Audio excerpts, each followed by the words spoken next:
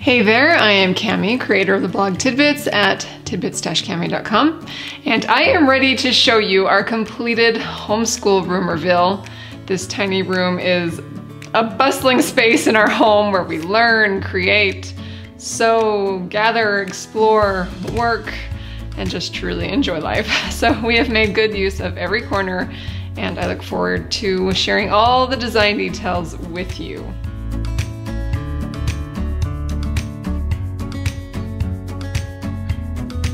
This space was originally supposed to be all mine, my very own at-home work office where I blog, create, and grow my 3 online businesses. Well, it seems with a funny little twist of fate, what was once mine has again become theirs, meaning my 4 children. Mainly this is all due to the events of the current world situation, and when I decided to pull my kids from school and homeschool them for the first time, I knew I wanted a space for them where they could just designate times for learning and keep all the school and creating supplies tidy and organized. So I adapted my home office vision to create this homeschool space that we all love so very much. I am now designing a sweet little office corner in my master bedroom since it's about the only place I can find some quiet to work when I need to, but the sacrifice has really been worth it, and we've all been enjoying our homeschool room. Let's take a look at the overall room layout and design. At the back wall, we have placed our IKEA half-stick cabinets for just that much needed closed door storage. If you missed my video all about our half-stick hack, you'll have to check that out to see how we just added the simple marble slab between the pieces to really upgrade the look. I do still want to swap out the hardware for some brass hardware, but I just didn't get to that yet, and I wanted to go ahead and show you the space anyway. But I think that will make a big difference to elevate these cabinets as well. At the center of the room, we opted for a round table where we could all just gather together for our group history and science lessons. I feel like the best memories happen right here, and it is usually our favorite place for a kid or two to land for their personal studies. And just for the record, it is rarely this clean and can usually be seen just covered with crafting and creating. The table is also from IKEA, as well as the wood chairs in the back. It's been nice to also have this table in here as an overflow when we have company over, and the kids prefer to eat in here away from the boring adult chatter. So I particularly love how the wood on the chairs looks with the darker walnut wood on the table. It's a really nice tone-on-tone effect that just feels really pretty. I was able to squeeze 2 desks with more storage on either side of these walls. Now it makes for kind of a snug space, but it's so functional for us. This desk serves as a computer desk where the kids pull out their laptops or any computer work they need or want to do.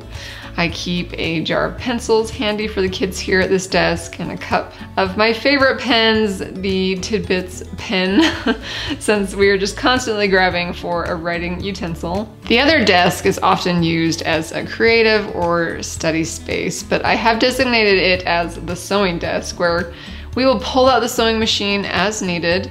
I keep most of the sewing supplies in this desk, so it's just a quick and easy startup to begin a sewing project, or maybe hopefully soon teach my kids a few sewing skills. These desks were ones that I found at RC Willey. I really was hoping to find some cool vintage older looking desks, but it was very hard to find something that fit the space right and had the storage I was hoping to add. I was kind of in a hurry to get this space functional, so I just bought them new. These blue chairs were a bit of a design risk for me. I'm not usually brave enough to use such bold color, but I felt the kids would like it, and it does tie in nicely with the maps. You can see the space is tight between the desks and the round table, and I didn't feel like we could add any more chairs without it driving us crazy. So when the time comes for us to gather at the round table, we just turn the blue chairs around and roll them up to the table and just quickly grab a nearby stool for the 5th person, and we all fit nicely, and it's it seems to be working great. I think the highlight of the space is our super large roll down classroom maps. I did a whole video on these if you want to learn more about where we got them and see some great close-ups. We have a large USA map and a large world map, which have both been amazing as we've studied history and geography together this year. Concealed behind the maps is a very large whiteboard, because how can you have a schoolroom without a whiteboard? So Home Depot sells large sheets of whiteboard material, and we just simply framed it out with some trim. It is used for all sorts of fun and learning, and we just enjoy having that there. I was very mindful of each piece of decor that I brought to this space. As we were hurrying to bring it all together so our kids could have this classroom for when we pulled them out of public school, we bought most things new, which if you've been around my blog for a while, you know I rarely do that. I just much prefer to add vintage and antique pieces, so each room has a nice blend of convenience and character. I was actually having a hard time loving this space until I started to add in just small details with some fun vintage and antique finds. I dug around our storage first for some old school, if you will, pieces that I had collected through the years, and also used the excuse to go antique shopping, which if you've been around here very long, you know I love to do that. So my husband cut down some of our scrap marble remnant slabs that we had left over from bigger projects, and he made these floating shelves for me to decorate with. We installed them with like really heavy duty metal brackets made for really heavy materials, and we're sure to screw them securely to the studs because those marble slabs are very heavy. So I've placed all sorts of treasures on the shelves that remind me just of charming old school style. I love these little schoolboy bookends, and I've collected some old worn books to place between them. I found a cool old marble stamp moisturizer and some horse bookends to hold my little tidbits planners collection up for me to see and grab quickly to use. Up above on the upper shelf, I've placed a couple of American flags inside a jar. Behind it is this really neat old Chinese checkers game, which was such a great find. I've got some really worn children books up here, a jar of old rulers gifted to me by a dear friend, some framed vintage art in cool brass frames, and just lots of little boxes and goodies to enjoy on display. Now below the shelves, I've put up one of my favorite art finds of all time. Now if you follow me on Instagram, you've already heard me gush over this piece by Arlene Fisher. It was an art splurge for me, since I usually find a way to get art for free or basically free, but something about it just stole my heart. It's original. It just felt like the perfect piece for our schoolroom.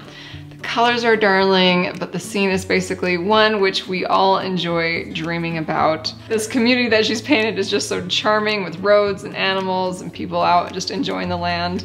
I told my husband if I could envision heaven, this would basically be it, with our family and dear friends surrounding us in just a simple way of life. I adore all the details and particularly enjoy seeing my kids staring at it and talking about which house is theirs. It's just really, really a fun piece of art. Speaking of art, I wanted to create a spot where the kids could display their art projects, which they are working on constantly. Homeschool has really allowed them time to explore so much creativity, and it makes my mama heart just so happy. Anyway, I got a simple grain sack fabric, and I just stapled it onto a store-bought cork bulletin board. The kids happily rotate their art around, and it's never boring on here. We also have our school and home motto for the year pinned up here as a nice reminder to all of us. I also wanted to tell you about this vintage dough trough, which I think it's called, that I put above the cabinets. It was a really fun find, but I was very mindful of why I wanted it and why I put it up there. I've never really done bold black before in any of my rooms, so these cabinets felt pretty risky for me. However, I felt like adding a splash of old wood above them would really help warm up the color scheme and add a bit of natural texture to the harsh black. It really did the trick for me, and it felt right immediately. And I'm also sure once I can get some brass hardware on there, that will help just warm up that space as well, even with the black cabinets. So the room gets some great natural light, but occasionally we turn on our big light fixture. So this brass chandelier was like a really affordable find on Amazon, and I will leave the link below in the description, or you'll be able to find it on my blog post for this space, which I'll also link. I also have like a Shop My Style page on my blog, if you're not aware of that, where I like to compile just a nice place for you to find each item in my home and room reveals. So check that out if you want to dig around for more resources. Now, I don't always keep flowers in the center of this table, but a room reveal always needs a splash of fresh flowers.